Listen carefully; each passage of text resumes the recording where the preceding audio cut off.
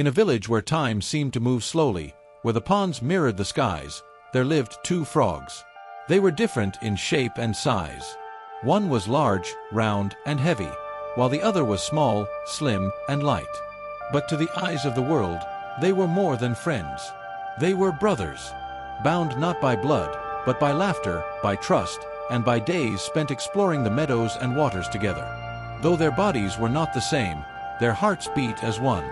This is where our story begins. One afternoon, while the sun stretched its golden arms across the fields, the two frogs came upon something strange.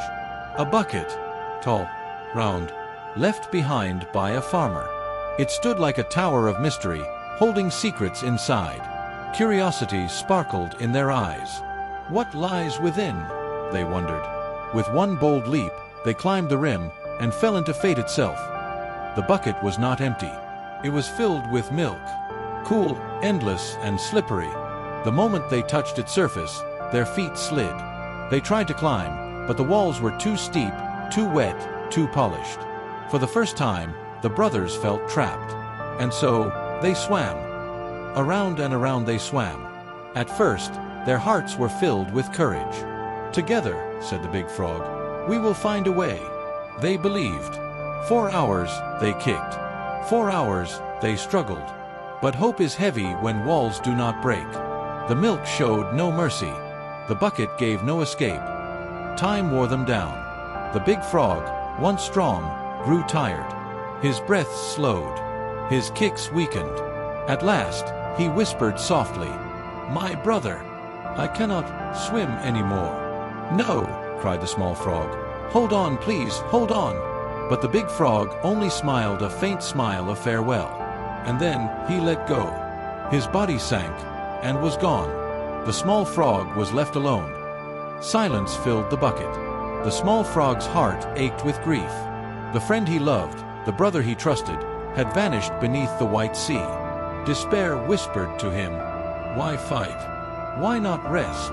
But then he remembered the joy of evenings spent by the pond, the sound of shared laughter, the strength of their bond. "For you," he whispered, "I will keep going." And he swam. Hours passed. His legs burned. His body trembled. But he never stopped. And then, something miraculous began to happen. The milk beneath him thickened. What once was liquid grew heavy, dense, solid. The bucket that had once trapped him was changing. Each kick, each breath, each ounce of effort was turning milk into butter. Tea last. He felt it. Solid ground beneath his weary feet.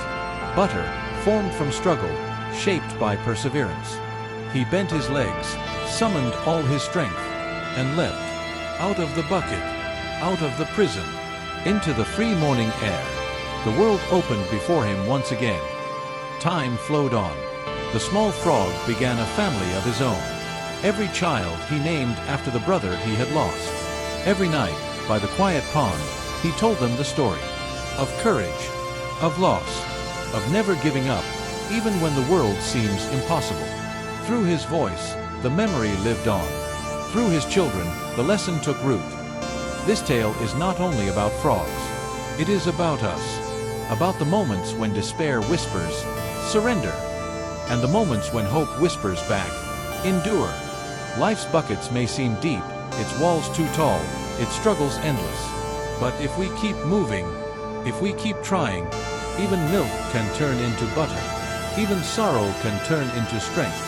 Even loss can bloom into love remembered.